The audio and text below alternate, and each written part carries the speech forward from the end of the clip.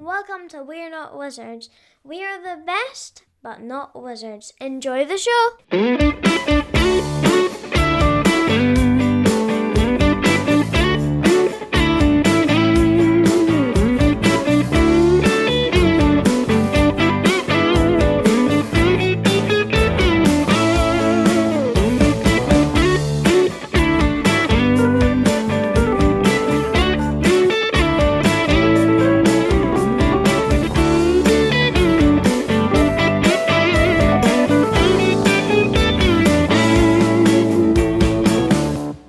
Votes for Women board game review. Fort Circle Games. Some games are purely here to entertain, where you'll be playing on made-up characters in made-up locations against made-up enemies using made-up resources to achieve made-up win conditions. You'll learn how the game works and what strategies will win the day for you. Other games like Endangered will try to raise awareness of a specific topic and attempt to educate and inform you as you play. Then you have these special historical games that take you on a trip of information and discovery, allowing you to learn about established historical events, while at the same time offering you the opportunity to potentially change the outcome of the same said events. In Votes for Women from Fort Circle Games, you take the journey and battle for the ratification of the 19th Amendment to the various states of America, gathering support and making women's suffrage a reality in the face of the opposition for maintaining the status quo. Votes for Women is a card-based area control game. Main actions are decided based on a hand of 6 cards in every round. The game's asymmetrical, so both players will have a slightly differing powers that will change how they start the game and how they played the game to win. The game is split into 2 main parts, where the suffrage movement is trying to get enough support in the Senate to force the 19th Amendment to a vote, at which point the game moves into its final area control part, where both sides are trying to get the majority in every state. Playing is fairly straightforward.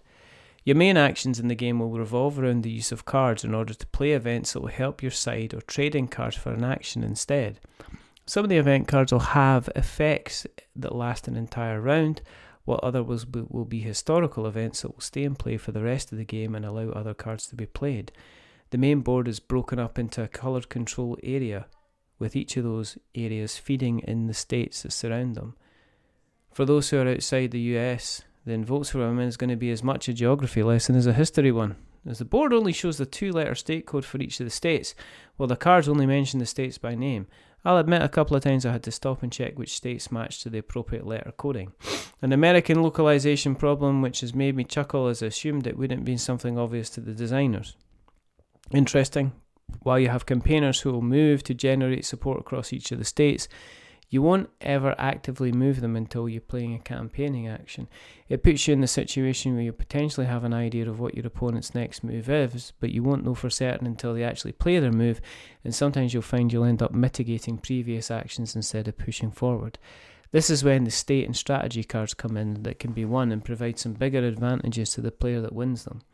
Strategy cards are won through the process of auctions at the beginning of each round, where a player will bid in campaign buttons. State cards are won by being the first player to take 4 cubes in the matching state the card is from. The state cards change every game, and the strategy cards are a fairly large deck, so it really adds to a decent number of variables to future games. Votes for Women is a 2-act game, with the first act consisting of the suffragists placing 6 congressional markers in order to pass the 19th Amendment for ratification. At this point, it's a race to fill the states with 4 support cubes, which allows you to trade them for either a tick or a cross, depending on which side you're playing. During both parts, you'll try to remove as many of the opposition cubes as you can in order to replace them with your own and win for your side. Events on both sides ramp up in both seriousness and effect, and it can lead to some real back and forward as you approach the end game. Once a 36 green tick is placed on the board, then the suffragists win. However, if the amendment is passed by the end of the 6th round to be sent to be ratified, or the opposition gains the support of 13 states, then they win instead, and the amendment is denied.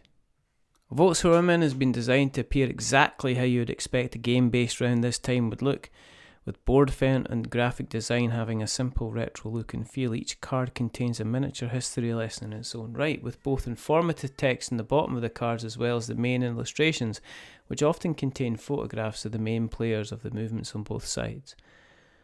Once the game is up and running and the map starts to fill with cubes, ticks and crosses, then the entire board becomes one huge political coloured type party. It gives an overall table presence that's extremely different to what I'm used to seeing grace my table, but it also serves as an important purpose of allowing you to see what the state of the board is in at any time. As I've mentioned previously, there's some slight frustrations incurred with the state names being absent from the board and even the rulebook, but overall there's been obviously a lot of work put into the overall presentation of the Votes for Women. In terms of learning, what's clear, well laid out, relatively easy to understand. The rulebook for Votes for Women gives useful examples as you learn the game, and it's actually pretty easy to learn off the rules without even the need to running a few practice rounds beforehand. We only came unstuck a few times in the game when we weren't sure if an ongoing event triggered on every round, which would have been extremely overpowered for the suffragists. By the time you're on the second turn, you should have a grasp of what you should be doing. It would be nice to see a turn reminder on the back of the rulebook because I'm old and forgetful. In terms of timing, you're looking around about an hour and a half to get through a normal 2-player game. There's not a huge amount of setup time with both players needing only to the draw deck at the beginning of the game, and considering there's only 2 players, then you can bag the components up in preparation for when you start. Votes for Women could have been a much simpler game, with dictated historical facts as you roll towards victory. It could have been dull, something that paid mere lip service to the real struggle that occurred during the time. What you get here instead is a tight area control game in a very pure form, where every action is closer to victory in one way or another. There's a real feeling here that taking a single one of the states have ramifications for the outcome of the game, as taking one back once there are few opposition pieces can require you to do a lot more work to maintain the status quo. As the game progresses, the events in both players' decks become more extreme, with historical situations that allow specific cards to be played that will either help or hinder you, and usually the tension is on from the start. Even though the opposition starts with a strong hand and position, if you sit by and let the Senate become filled too quickly, then you'll be on the back foot for most of the game. And as the game enters the final couple of rounds and the available actions become more extreme, there can be entire shifts in how the game is progressing. So at no point either side do you feel there's no point in finishing a game if the other player has the advantage. If you judge this game on the subject matter alone, then you'll be missing out on playing a game that delivers area control extremely well. You find yourself trying to plan and play like you're on some kind of chessboard, and you'll often end up reading each of the event cards for the snippets of historical information that they contain.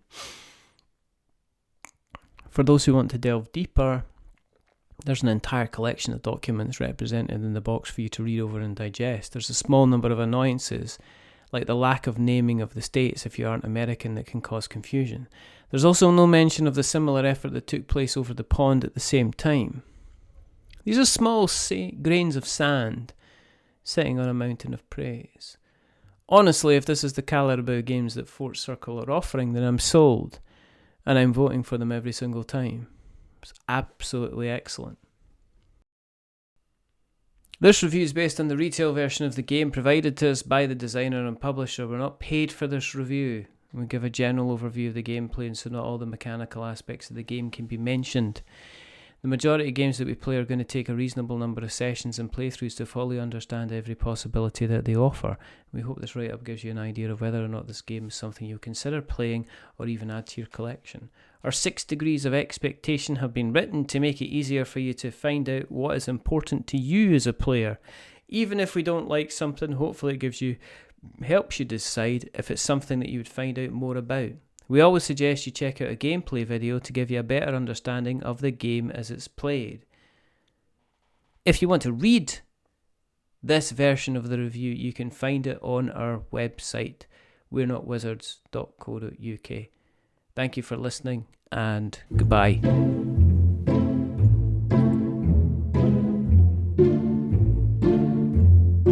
A wizard is never late.